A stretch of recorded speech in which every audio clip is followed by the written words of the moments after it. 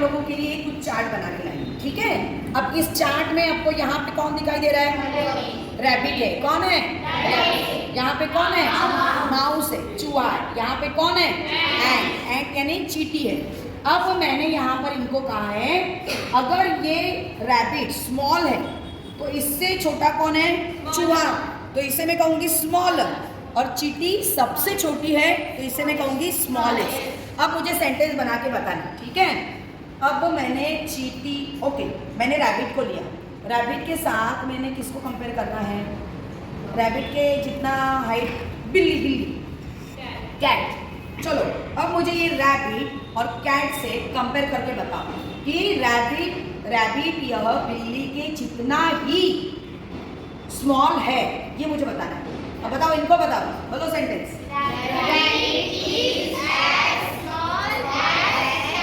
शाबाश। Rabbit is as small as cat. अब मुझे ये बताओ, ये वाला चूहा है ना, ये चूहे से, ये चूहा है वो रैबिट से हमें छोटा बताना है। बताओ कैसे सेंटेंस बनाओगे?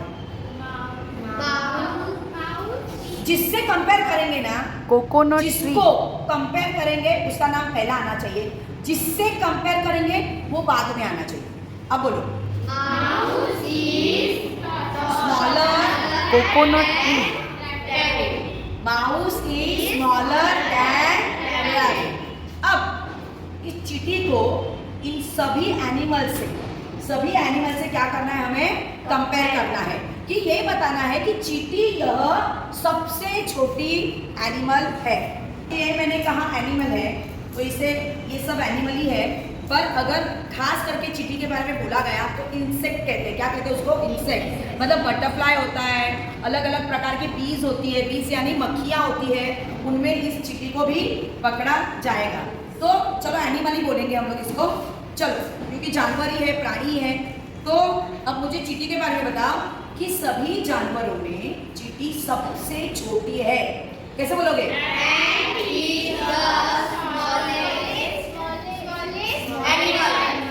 Yes, and is the smallest animal. सबसे छोटी है चींटी, सबसे छोटी जानवर प्राणी है। आई बात समझ में? अब इसके बाद में देखो, अभी आपको एक बात ध्यान में रखनी है। यहाँ पर देखो, ये मैंने चार्ट आपके लिए बनाया है, तो आपको याद रखना चाहिए, ब्लैक बोर्ड में भी मैंने दिया है। यहाँ पे देखो, डिग्रीज ऑफ कंपैरिजन, तुलनेतील भाव, positive degree, comparative degree and superlative degree. Comparative degree की पहचान क्या है? उसके एडजेक्टिव या एडवर्ब के आगे पीछे ER लगता है और सुपरलेटिव में EST लगता है। अब इसमें देखो, एडजेक्टिव के आगे पीछे पॉजिटिव डिग्री में एज आता है, और कभी कभी ना सो एज भी आता है। जब नेगेटिव वाला सेंटेंस रहेगा तो सो एज आता है। ये मैं आपको बाद में पढ़ाने वाली हूँ, अभी कंफ्यूजन नहीं चाहिए, इसलिए मैं एज के बारे में ही बता रही हूँ। इसके बाद में कंपैरेटिव डिग्री में क्या लगेगा? ER लगने के बाद उसके बाद में दैन लगेगा। सुपरलेटिव डिग्री में आगे द लगेगा, क्योंकि इसके बगैर दूसरा कोई भी आर्टिकल कब लगता है? जब भी कोई खास होता है उसको द लगता है। इसलिए सुपरलेटिव डिग्री में एडजेक्टिव के आगे क्या लगा है बच्चों? द लगा है और EST लगा है, ठीक है। अब देखेंगे हम लोग, गैलरी में समझो तुम लोग बैठे हो, आपको एक पिजन दिखता है, तो आपको वो बहुत खूबसूरत दिखता है। खूबसूरत को हम अंग्रेजी में कहते हैं ब्यूटीफुल। तो ये उसकी पॉजिटिव डिग्री हो गई। उसकी कंपैरेटिव डिग्री क्या हो गई? More beautiful. और सुपरलेटिव डिग्री क्या हो गई? Most beautiful. अभी देखो, आप गैलरी में बैठे हो और वहां पर एक पिजन आया उड़कर, और आपने बोला मन में, वाह पिजन कितना खूबसूरत है। तो आप क्या बोलोगे? हाउ ब्यूटीफुल पिजन इज, है ना। तो इस तरह से बोलोगे कितना सुंदर पिजन है। इज मतलब है, वॉज मतलब था। इतने में उड़कर उसके बाजू में एक चिड़िया आके बैठी। चिड़िया को हम अंग्रेजी में क्या बोलेंगे? स्पैरो। अब पिजन जितनी ही आपको, मतलब पिजन के जितना ही स्पैरो भी आपको बहुत खूबसूरत लगी, तो दोनों आपको खूबसूरत सेम लगे, तो आप सेंटेंस क्या बनाओगे?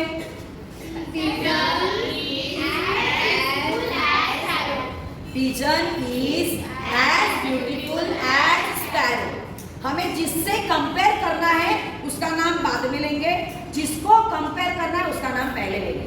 अब इसके बाद में इतने में पिजन के बाजू में उड़कर कौन आया?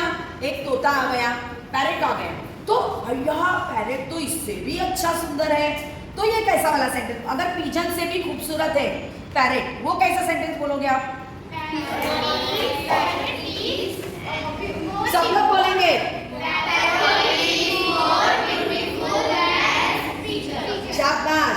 Parrot is more beautiful than pigeon.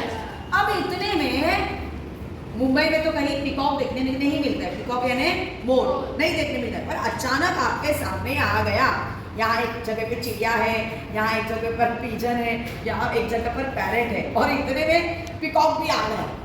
तो पिकॉक को देखकर तो हमारी आंखें, क्योंकि ये तो कौन है? पंछियों का राजा है, वो तो खूबसूरत ही होना है। तो बताओ पिजन को देखकर आपके मन में बर्ड्स के बारे में क्या आएगा? बर्ड बोलो।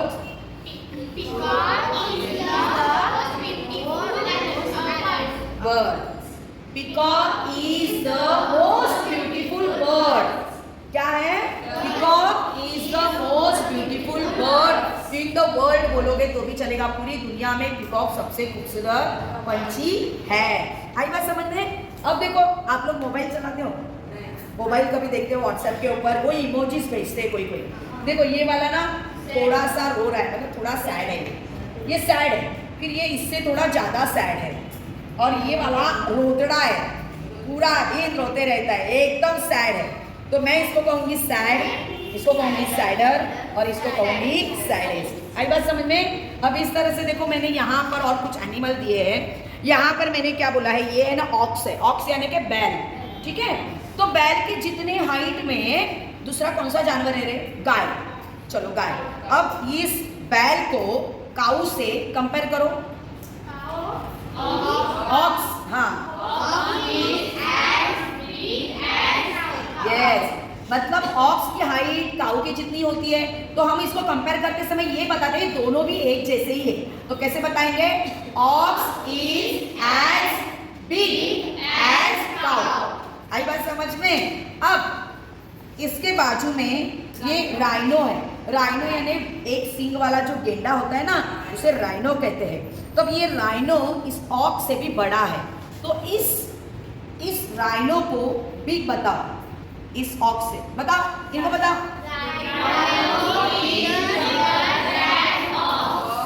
Rhino is,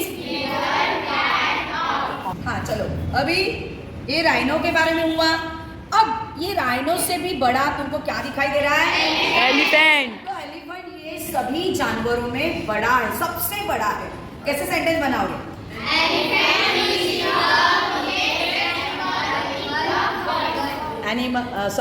elephant is the biggest animal in the world. शाबाश। तो इस तरह से देखो, और बहुत सारे पिक्चर है, जैसे ये मैंने कहा फैट, फैटर, फैटेस्ट, थीन सबसे पतला, थीन, थिनर, थिनेस्ट।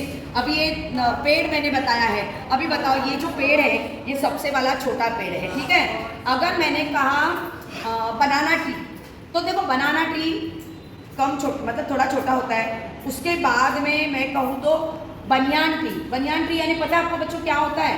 वडाच्या झाडाला, वडाच्या झाडाला आपण काय म्हणतो? बनियान ट्री म्हणतो, ठीक है। और इसके बाद में अगर मैंने कहा नारियल का झाड़ एकदम ऊंचा रहता है, सबसे हाइट वाला रहता है, ठीक है। तो बनाना ट्री के साथ चलो हम लोग एक काम करेंगे, ये जो नारियल का पेड़ है इसको मैंने क्या बोला? टॉलेस्ट बताया। इसके साथ ही डेट का ट्री, डेट यानी क्या? खजूर, खजूर खाते ना हम लोग, उसको डेट कहते हैं। स्पेलिंग भी सेम रहती है, डेट, दिनांक जी, DATE, date, same to same spelling खजूरची पण असते, DATE। तो डेट ट्री और कोकोनट ट्री एक जैसा ही हाइट है। तो बताओ कोकोनट ट्री को डेट ट्री से कंपेयर करो, दोनों सेम है। बताओ कैसे बनाओगे सेंटेंस?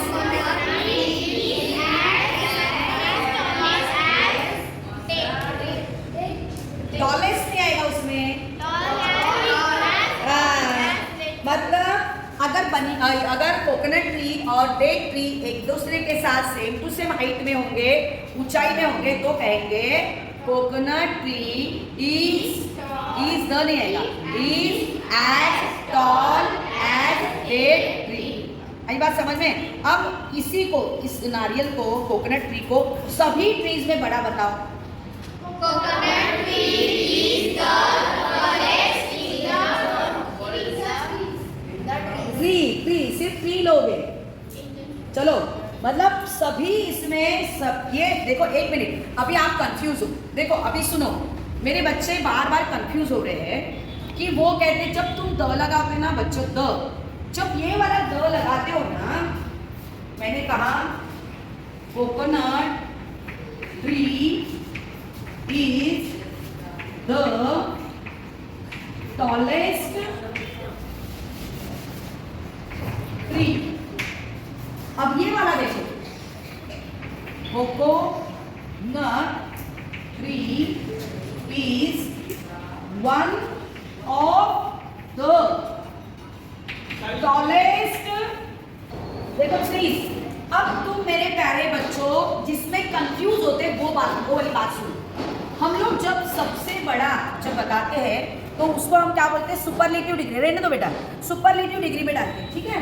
अब देखो, अब कंफ्यूजन मैं दूर करती हूँ, कभी ट्रीज लगाने का और कभी ट्री लगाने का, मतलब कभी नाउन सिंगुलर लेने का तो कभी नाउन प्लूरल लेने का, वो समझ में आ रहा।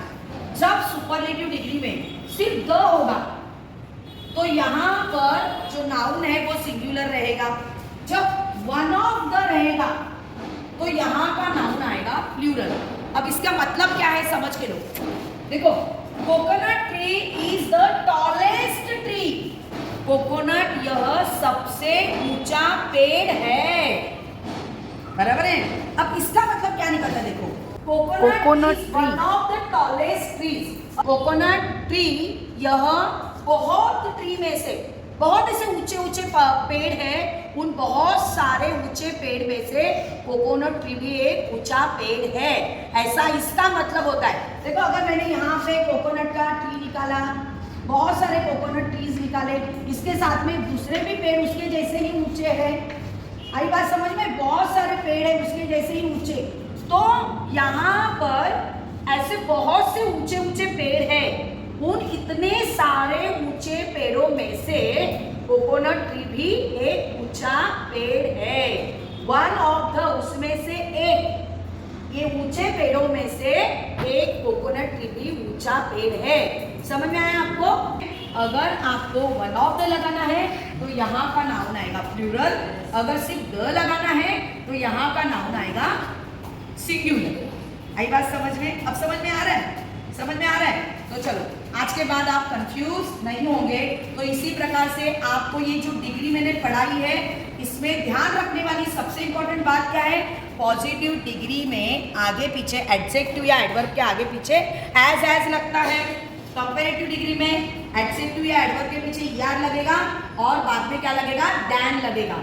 और सुपरलेटिव डिग्री में क्या लगता है बच्चों? एडजेक्टिव के आगे पीछे EST लगेगा और आगे द लगेगा। आई बात समझ में? अब आपको डिग्री बहुत अच्छी तरह से समझ में आई।